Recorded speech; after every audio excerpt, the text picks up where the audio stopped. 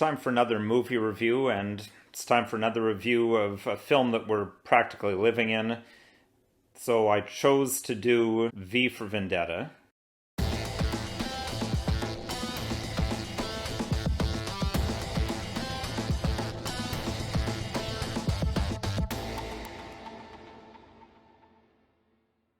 Hello, my name's Nicholas Wansbutter. I'm a criminal defense lawyer in Stratford, Ontario, Canada, and welcome to Don't Talk TV. So, as I mentioned, I wanted to do video reviews every once in a while. We started with Demolition Man about a month ago, and in the comment section, some viewers very rightfully pointed out that V for Vendetta is a film that I have to review. It's another film that one could say we're pretty much living in. It's barely even fiction anymore. Now, V for Vendetta is actually not one of my favorite films. To the contrary, I actually quite dislike V for Vendetta. And the only thing that makes it worth reviewing to me is the fact that we're living through it in some ways. But that goes to why I don't like the film. My main problem with V for Vendetta is that, in my view, it's really heavy-handed, leftist, and especially anti-Christian propaganda. Now, I mean, to a certain extent, any film is going to have its own ideological or philosophical perspective. But in my view, V for Vendetta is very heavy-handed in its anti-Christian rhetoric. The party that controls the country it's presented as a right-wing Christian fundamentalist party. They're racists. They hate other religions. They put LGBTQ people into concentration camps. And, I mean, they have mottos around the place. Their secret police have crosses on their badges. And you have evil clergy as well. There's a so-called bishop. I don't know whether he's supposed to be a Catholic or an Anglican bishop, but he is basically hiring young female prostitutes, including one of the main characters played by Natalie Portman.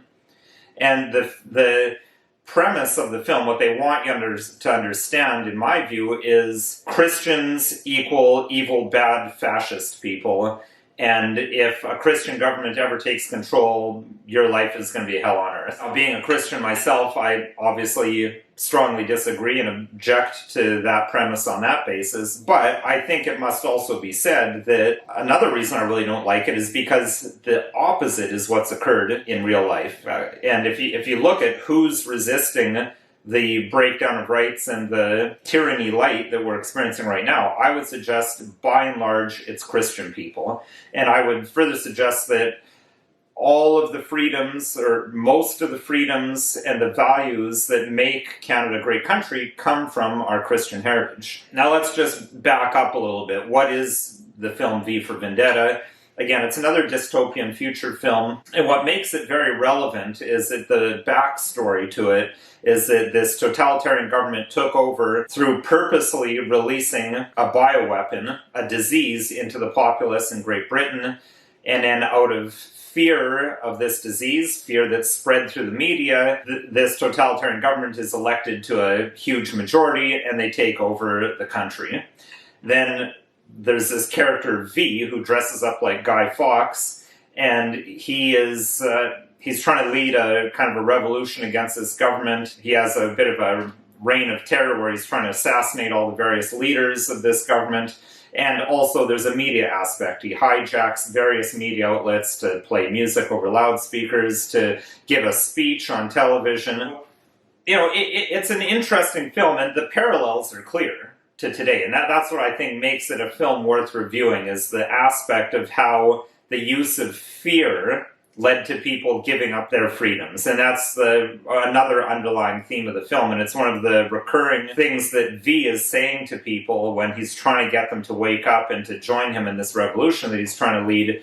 It's also very important that in one of V's speeches he mentions how that who's to blame for all of this? Primarily, it's us. It's everyone. I know you were afraid. Who wouldn't be? War, terror, disease. There were a myriad of problems which conspired to corrupt your reason and rob you of your common sense. Fear got the best of you, and in your panic you turned to the now High Chancellor Adam Sutler. He promised you order, he promised you peace, and all he demanded in return was your silent, obedient consent. I think that's a very important point and very relevant again to today, because really a lot of people are very angry with people like Prime Minister Justin Trudeau, with the various chief medical officers of health. But at the end, who is really responsible for the loss of freedom and the breakdown of the rule of law?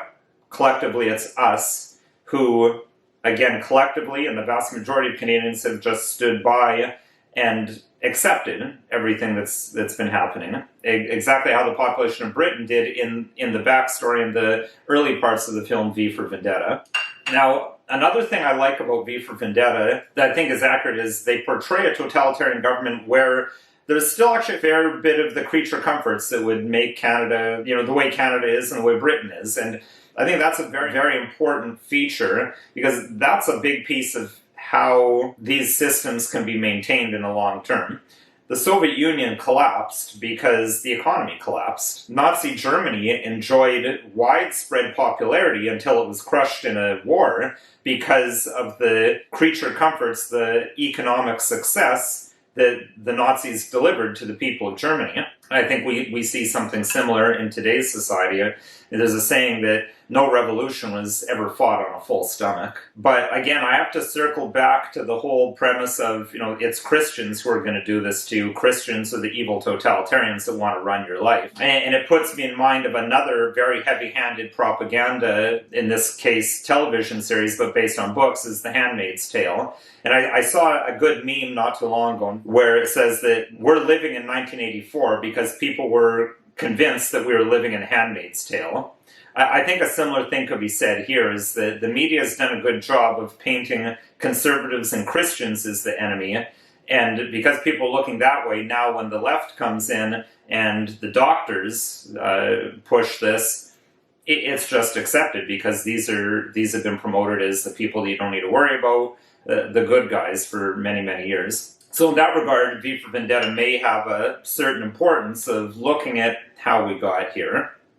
Now, I do find the ending of the film to be a little bit naive, in my view. I mean, just from V doing some of these broadcasts and delivering Guy Fawkes masks to people all across London, there's this mass uprising, there's this huge protest, and people are advancing on the government buildings, and the military's ordered to shoot, and they decline to fire on the crowds. Yeah, I mean, it's nice for a movie. In real life, I think that's one of the frustrations a lot of people have right now, is it seems that the vast majority of people are just completely asleep and completely complacent. It's very difficult to wake people up, especially, again, people's bellies are full right now, so it's, things were lean and things looked tough a bit earlier, but they were able to paper that over with Serb and things like that. So I do find that to be a little bit naive, although it's interesting. I think it goes back to the whole media thing.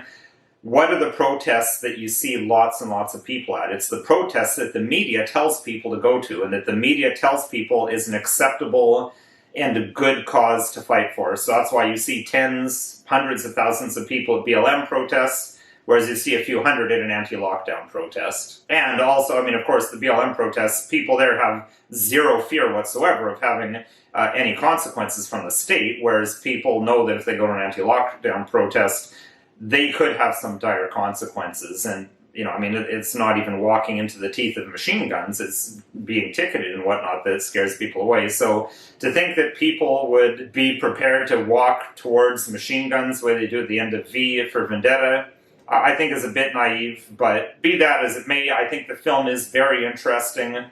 In current circumstances, I think it's worth watching, but again, keep an eye out for the anti-Christian, anti-conservative propaganda. I have a big problem with it. I think it's wrong, I think it's false, I think it's misleading. As always, especially this episode, is not legal advice. If you need legal advice, contact a lawyer. You can call another lawyer or myself. My 1-855 number and my website are listed below. If there's show topics or other movies you'd like to see me review, please send an email to the email address listed below, or leave a comment in the comment section. And if you found this video at all interesting, helpful, or informative, please consider liking, sharing, and subscribing, following us on social media.